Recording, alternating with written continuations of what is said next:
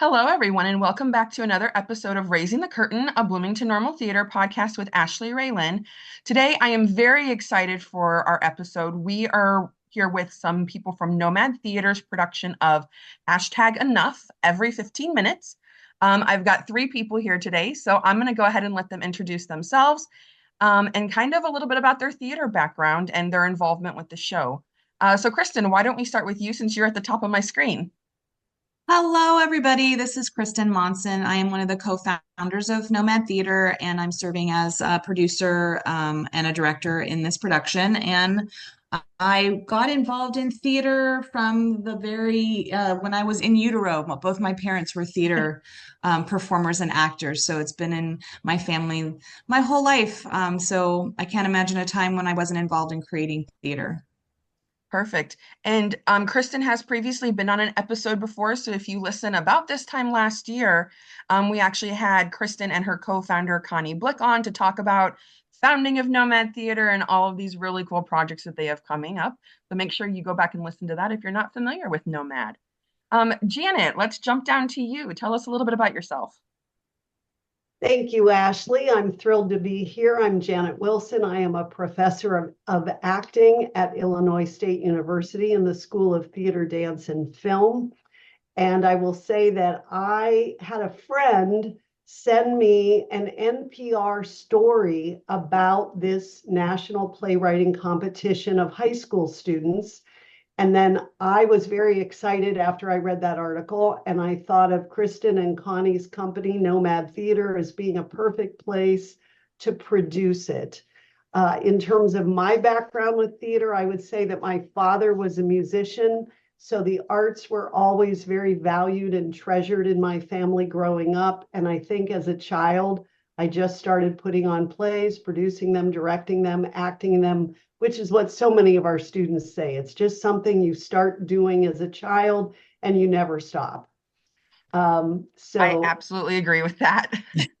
right. So Perfect. here we are, but this is an incredible opportunity to bring what is on the hearts and minds of young people across this country around this issue of gun violence. And I want to read you the final sentence from the foreword to this collection of plays in Yes. which Don Zolidis says, art is the opposite of violence, and it is perhaps the best answer we have. That's just very moving to me. And I think it sets up this collection of plays. No, that's amazing. I love that. Ace, let's jump down to you. Tell us a little bit about who you are. Hi, my name is Ace Overton. This one could be a lot. So I'm an actor, voice actor. I sit on the board and have sat on the board for a couple of theater companies. I've kind of tried to expand myself, DJ, creative writer professionally now. And I'm sure there's some other things in there, but that's enough for now. It gets a lot when I start to think of them all. Perfect. And Ace, you're serving as an actor in 4 of the 8 shows, correct? Correct. I am currently, thankfully, an actor in 4 of the 8 shows. They are Rehearsal, Allegiance, In My Sights, and It's Okay. Perfect. Well, we'll dive into some of those shows here in just a minute. Janet, I want to hop over back to you. Since you're kind of the one who presented the scripts for Nomad Theater to perform, can you kind of tell us a little bit about what these scripts are, the stories that they're trying to tell, and why you think it's pivotal for the community to hear them? Well, what's fascinating to me, and I'm sure that the board that selected the plays, that this was very intentional because every play deals with some different aspect of what our young people are going through around gun violence. As you know, schools now have all of these drills where students have to practice active shooter drills. And just doing that year after year after year causes a certain amount of trauma. And that, of course, is just to prepare students if something like that happens. So there are a number of plays that deal with the trauma and the anxiety that these young people go through. But then there are other plays that really deal with grief. After there has been a loss, you have lost a child from gun violence. There are other plays that deal with kind of the moment of the gun violence. There's a play that it's called Undo Redo. They keep trying to figure out, well, if they would have done this differently or that differently, would someone have lived?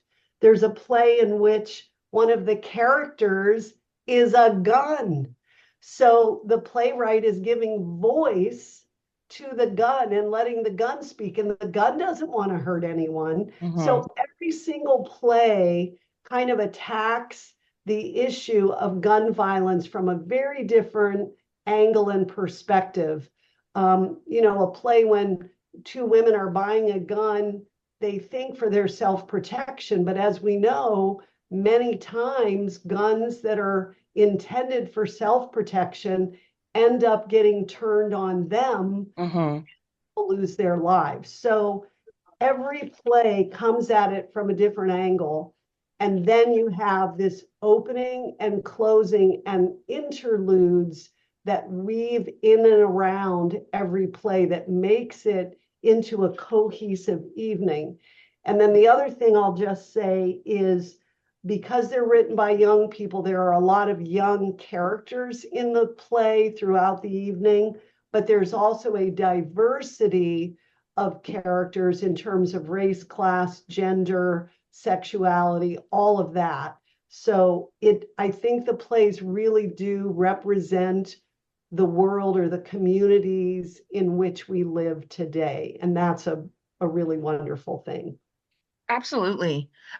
Cristen, let me ask you, I know Nomad just came off of doing the polling places right before the election. These shows are going to be going up right after the election. What was it about these scripts that Nomad was interested in? Like, why did you think it would be a good fit for the organization?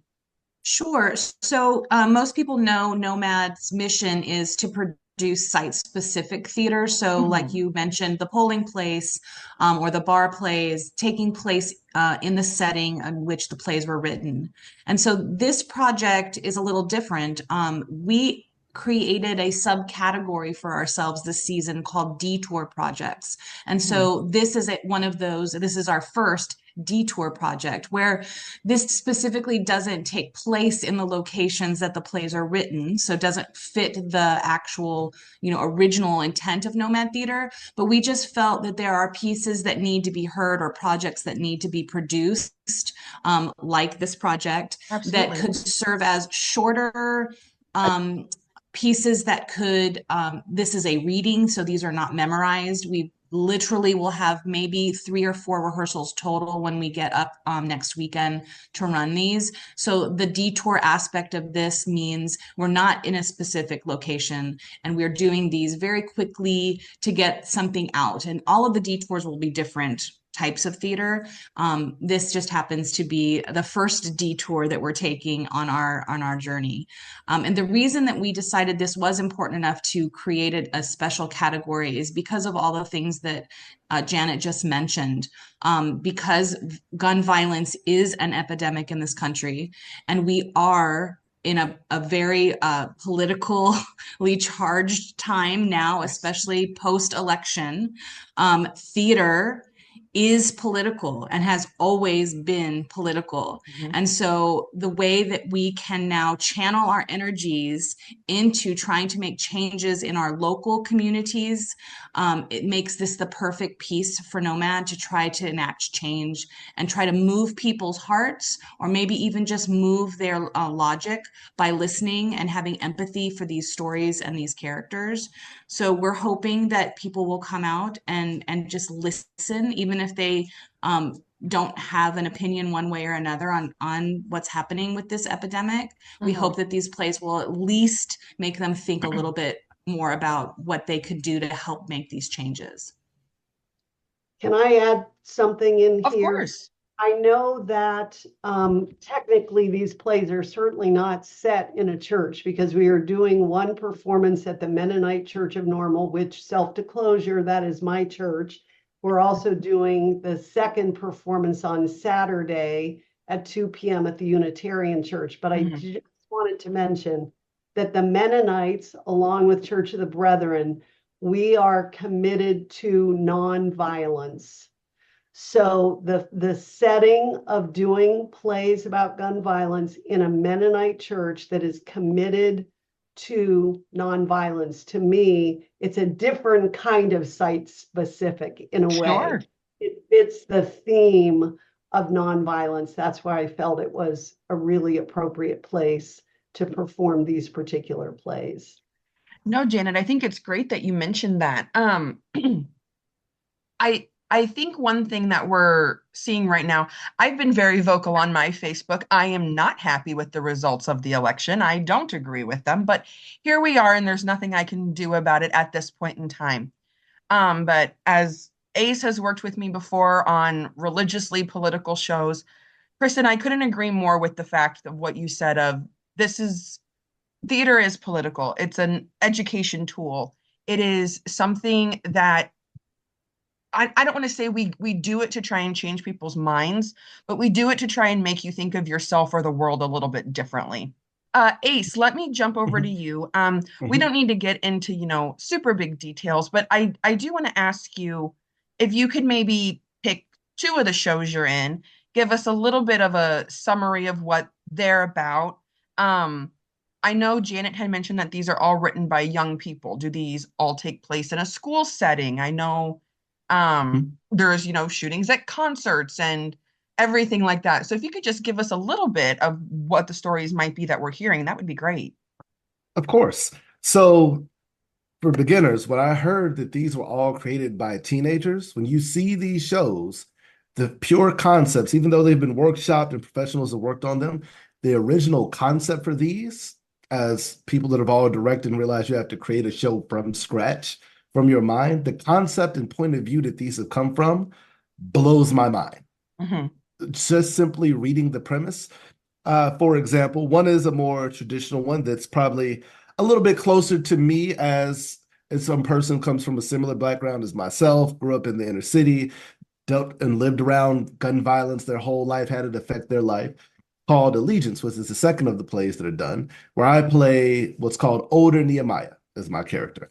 And it's kind of from a fourth wall breaking third perspective of me watching and recounting and narrating the events that have happened through my life. So I introduce you to my younger self, my perspectives of that when I was that age, to my brother, to my mother, to the other characters I interact with, and then the events that I went through, which unfortunately for most people, it's a story that's all too familiar, is the way to say it, Hmm. as just about every Black person has their story of what happens when they've got interacted with the cops or their story of the racism they had to deal with that unfortunately you can't ever be prepared for. It just happens and you have to deal with that moment. So that's probably the one that is probably the one that's the closest to me, and it has probably one of my favorite lines that's much different now since the election that I want to share, Sure. where it says, "Justice and liberty for the people who are the color of the house your president sits in." Oh, That line to mm, me just is so much heavier now than it was simply a few yeah, days ago. Which when I first read it, I was like, "Oh, that can go a lot of ways when I say that one." So that's a heavy one. I would say the other one that's probably my personal favorite that I'm in is It's Okay.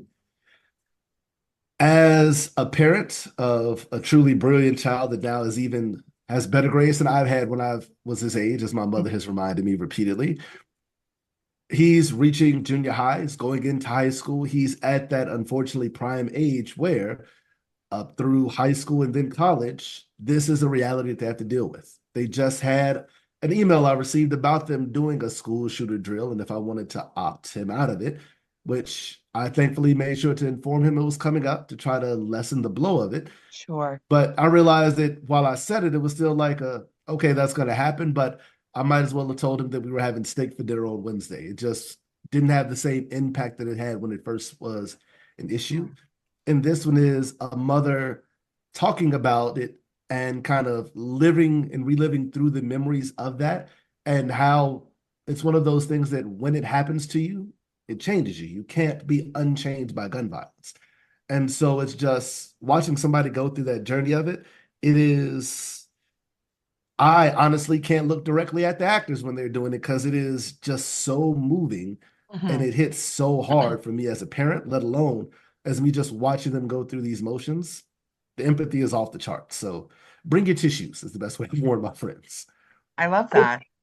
all of us, when we read the scripts, were very positive that we wanted to do these plays, that they're powerful.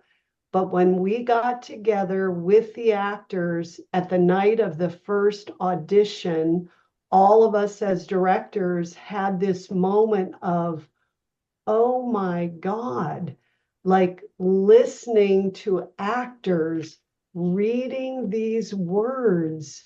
We were so moved. And that was just an audition. We hadn't even like worked them at all yet. Mhm. So this is just going to be a staged reading. The words, what is going on in each of these plays is so powerful that I think it really will be a very impactful performance. Amazing. Um, Ace, I kind of want to jump back to you for a second here, real quick.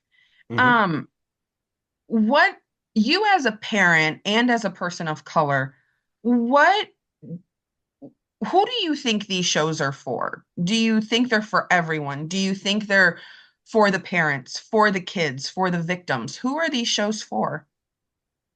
From the brilliant way that these are written, anybody can watch the show. I Mm, intend to bring my son to the show just so he can see about these perspectives as he's 13, though he's also been around theater for a while, so it doesn't sure, have the same impact.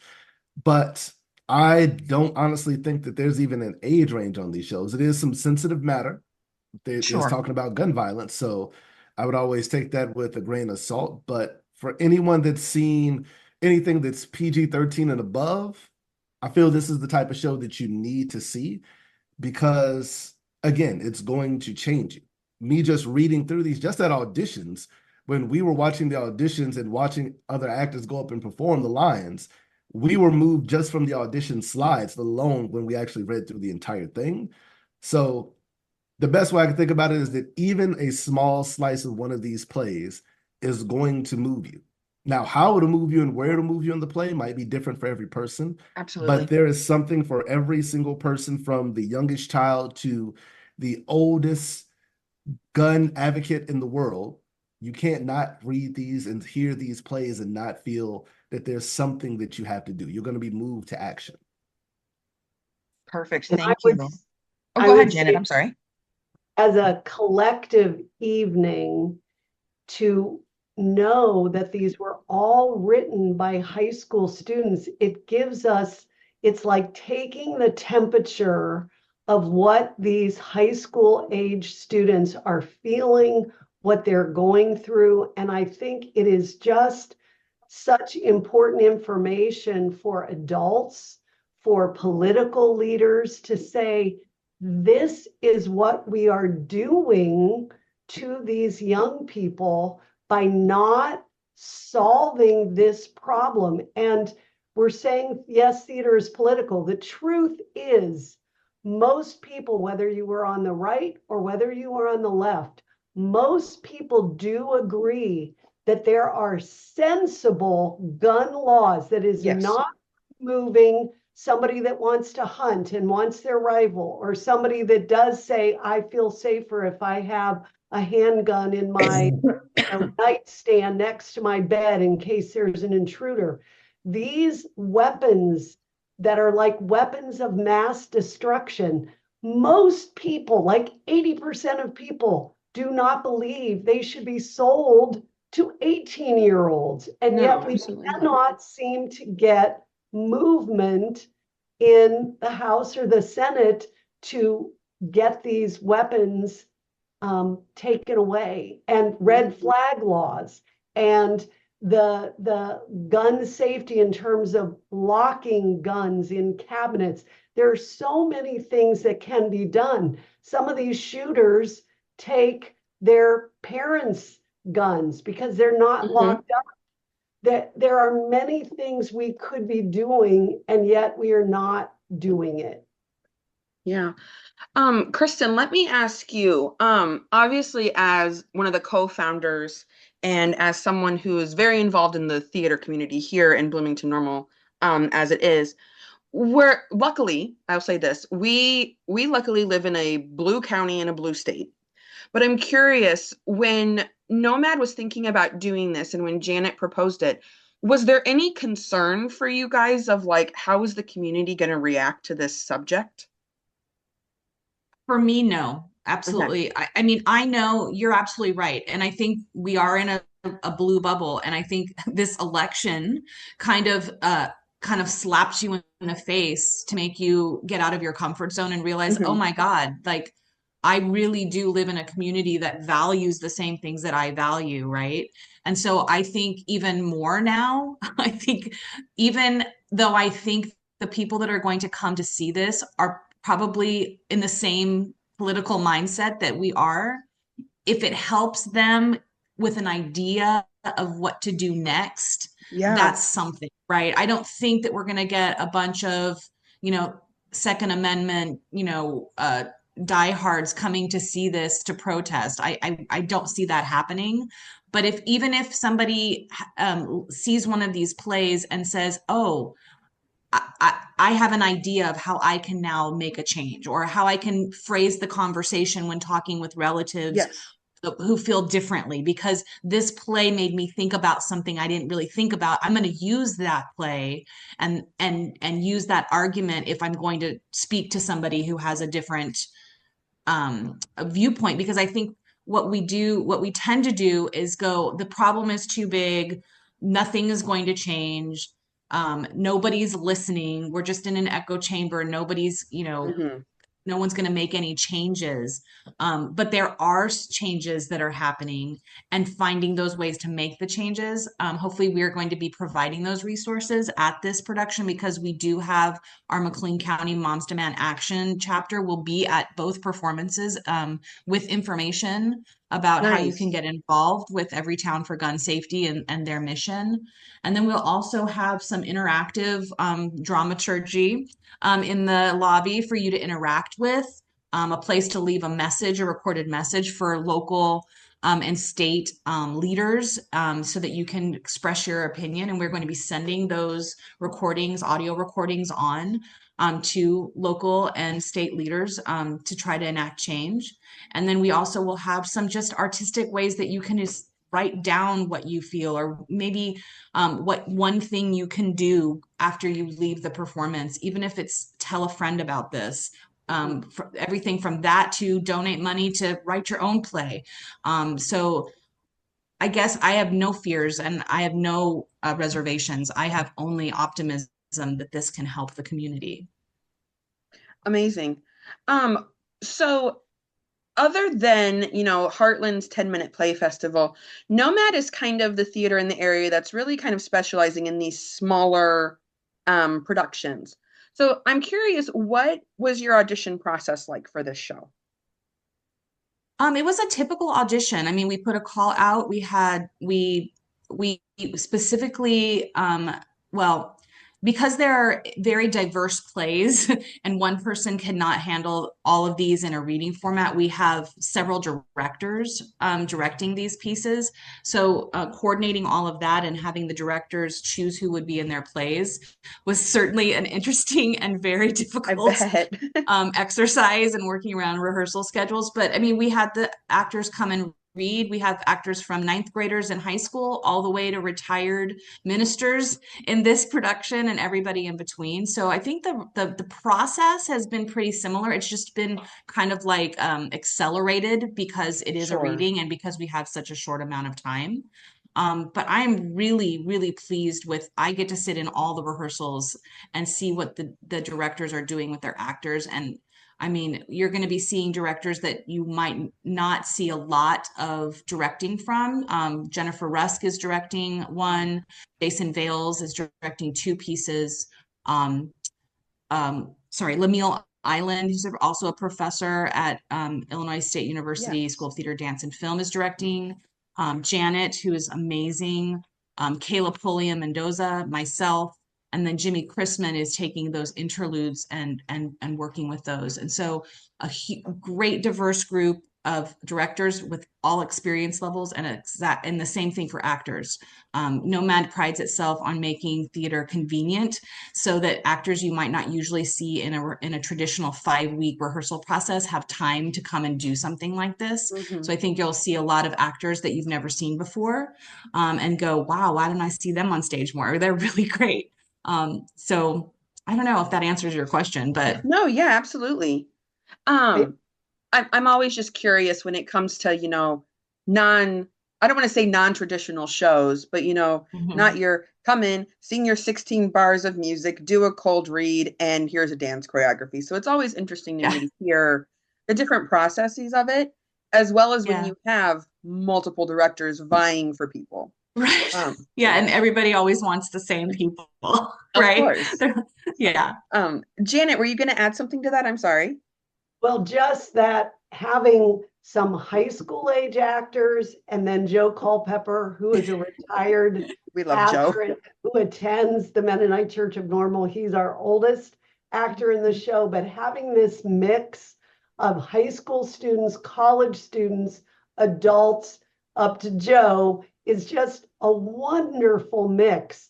And there's so few places where all of those ages get to interact with each other. So, in the college theater, we're having to do all of our plays. And if the character is 70 or the character is, 15, they're all played by college age students. Right. So it is wonderful to have this, mix of ages. Yeah. Well, I was going to say my play that I'm sorry. No, the play that I'm directing is Right Their Wrongs, and I specifically chose to direct that one because it's the cast is 4 high school students in the character descriptions, and I have a lot of experience working with high school students. But working with these 4 students and asking them what their relationship is to gun violence and their experience it just makes it even more impactful. They're so passionate about this themselves, and that's, I think, why they came out for this. So I hope a lot of their high school friends come to see it, and that because they're the next generation, and we have a project for them too, and we can talk about that later if you want, about the playwriting workshop that Nomad is sponsoring for the next generation of the #Enough Plays. Oh, nice. Yeah, we'll definitely touch base on that. I do want to ask you, so obviously this is a sensitive subject matter. How have you guys been implementing, safety and comfort within the subject matter for your rehearsals? That's a great question. Yeah, no, that's a great question. And we addressed that right at the beginning. And I think all the directors did a really wonderful job of saying, if this material becomes too much, this is a safe place for you to leave, take a break, take a moment. So Janet, I don't know, as a director, what do you feel about that? Or Ace, as an actor, have you felt like you've had that freedom to step away if you need it, or talk about it, or decompress after a rehearsal? Oh, definitely. I would say from day one, that was made very clear by every director. And in their own words, which let me know that it wasn't scripted. It was just the idea like, hey, we know what we're getting into. We know that this is heavy material. There can be times where it could be too heavy, depending on what you're going through. If you need a minute, that's perfectly fine. Like, you don't even have to say it. You could just walk away and we'll understand that we're going to take a break and allow everybody to kind of reset. And there's also a lot of checking in, especially with such a short rehearsal process, which might be the other thing that is ridiculously impressive, is that understanding from the beginning that we have such a short rehearsal process. Everybody's been very locked in from the beginning, and the jump from where we started to where this past week ended at, honestly, I feel that we're performance ready enough with most of the 4 shows that I'm in now. And a lot of it is just us polishing and adding things as you would during the traditional tech week, which has been outstandingly amazing of a process to see, especially after coming off of a almost 2 week rehearsal process for The Color Purple. It's been very refreshing to understand, to get in, we get directly to what we need to do, and we move towards the next project. So it's been a thankfully wonderful experience. And all the directors I've worked with, especially Janet for the first time, have been incredible at being able to analyze and break down where a production can be improved, in the scene where it can be improved, and implementing that immediately in a way that we can just take it and run with it as actors. Awesome. Ashleigh, since you brought up this topic, I do want to say, as someone that teaches acting, not all plays are for all actors. Correct. And so I think the people that came and auditioned and then were sent the script, and I don't believe anyone said, I can't do this play, but that is perfectly acceptable for actors to not do plays that are going to trigger their own issues. So I think actors always have the agency to take care of themselves, and we've given them that within the rehearsal process. But really, the actors are excited about bringing these plays to life and to make this impact on the audience. But certainly, any actor that feels this is not for them, they should not be for them. And that should be true for the audience as well. You know, if something just hits a chord with someone and maybe they have no idea why that's happening, they need to take care of themselves and get up and leave and go outside and take a minute, and whether they need to go home or whether they can come back in. I will add, though, saying all of this seriousness, there is some humor in these plays. It's and they go through so many ups and downs. It is not all heavy, heavy, heavy. The play that begins the evening that I'm directing is called Rehearsal, and it is about a teacher putting her students through the drill of doing a, active shooter drill, but the students doing it, they find that it relieves their anxiety. They feel it helps them. And, so again, there's just so many different perspectives and points of view. And the fact that young people thought them up just kind of blows my mind. Awesome. Anything else you guys would like to add regarding the show before we start getting into, performance times and all of that fun jazz? Only thing that I would share about it is that for myself, I grew up in Chicago, so I grew up to gun violence because we talked about our experiences about it the first nights of rehearsal. And for me, compared to others that I know that lived here in Bloomington, where I lived in Chicago, on the south side of Chicago, I lived between 2 rival gangs. So hearing gunshots at night was the norm more often than abnormal to not hear them. So I became a little jaded to the sound of that. I understood some of the rules as I lived on the second floor. When you hear gunshots, you stay lower below the window level because that's just something that I learned living in that times. But school shootings wasn't a thing when I was growing up for the most part. Now, I know they probably have happened, but they were as rare as anything else. But since that time, many, many moons ago when I was a child, I looked into some of the data about it so I could try to be a bit more aware of it. So since the time when I was in school back then, since 1997, there's been 1,453 school shootings in America alone, which is 57 times as many as the rest of the world combined, because, of course, America has to be the best. But the part that probably frustrates me the most is that with that trend, the frequencies have only increased, especially over the past 5 years, versus waver in any way. So I feel that the hashtag enough plays hopefully will help kind of stem the flood of that tide and kind of reignite the passion for trying to do some type of action towards stopping what is an epidemic that only happens in America, nowhere else in the world. Yeah, I was doing some research when I was, going off my soapbox on my Facebook posts, that just as of November 4th of this year, there were 288 just school shootings in America alone this year in 2024, not including any of the other gun violence issues that have happened. That's purely just school shootings.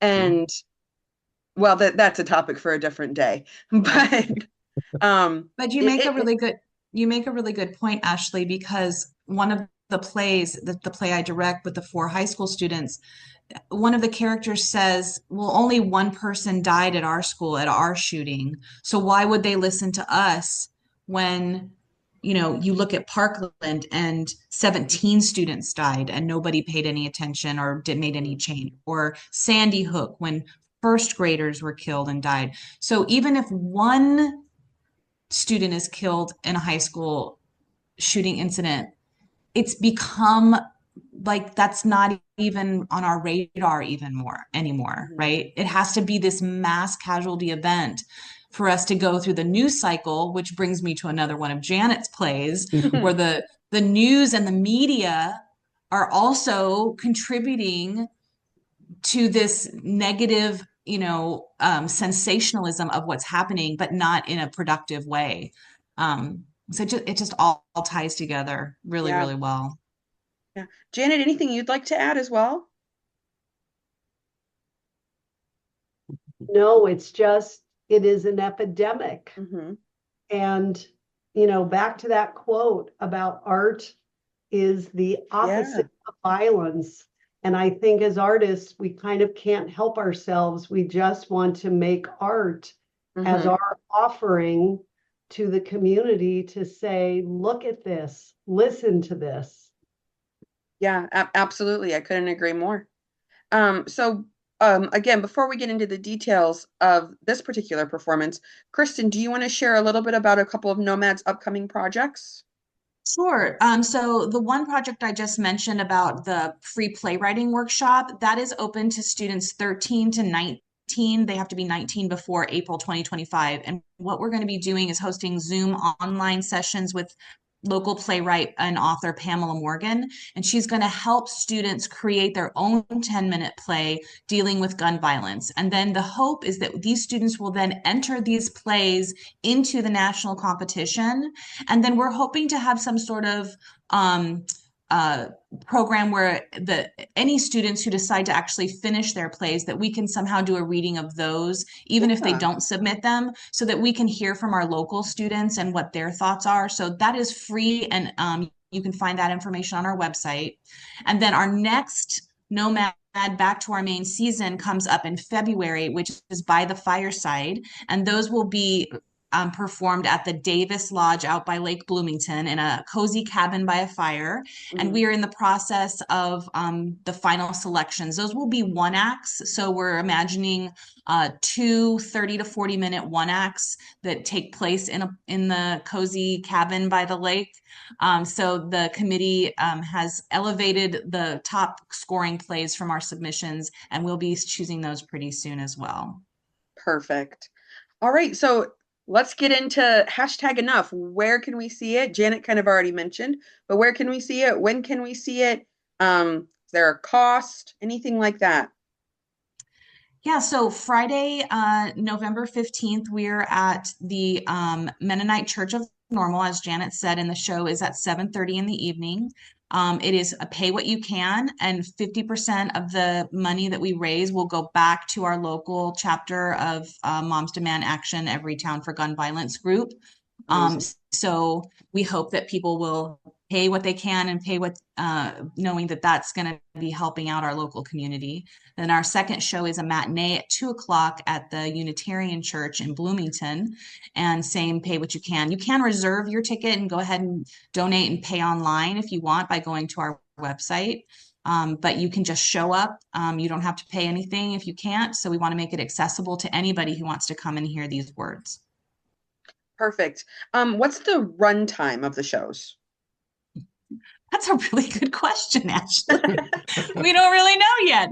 I mean, it's supposed to be about an hour and a half. So we're thinking 90 minutes. We will know more on Tuesday. Okay, but perfect. There will not be an intermission. Yeah, the way they're written, it's just opening, play, interlude, play, interlude, play, interlude, and it's 8 plays. So there is no place to take an intermission. Sure. All right, no worries there. And do we know about what the seating looks like at each venue, about how many we can fit? Well, the Mennonite Church of Normal, I know, can fit 200 plus. Oh, excellent. I would assume the Unitarian Church is the same from what we've been told. Okay. So Yeah. plenty of opportunities. I unfortunately will not be able to see it. I leave for Boston on Friday. But I'm sure it's going to be an excellent time. Anything else you guys would like to add before we wrap it up? Just thank you for doing this. We really appreciate you helping to get the word out. Of Absolutely. course, we do what we can. So, all right. Thank you so much, Cristen, Janet, and Ace. Everyone make sure to go check out #enough every 15 minutes being performed with Nomad Theater Company at the Mennonite Church and the Unitarian Church. Thank you guys so much. I appreciate you taking the time out of your Sunday to meet with me, and I hope you guys have an excellent turnout. Thanks. Thank you. Thank you very much.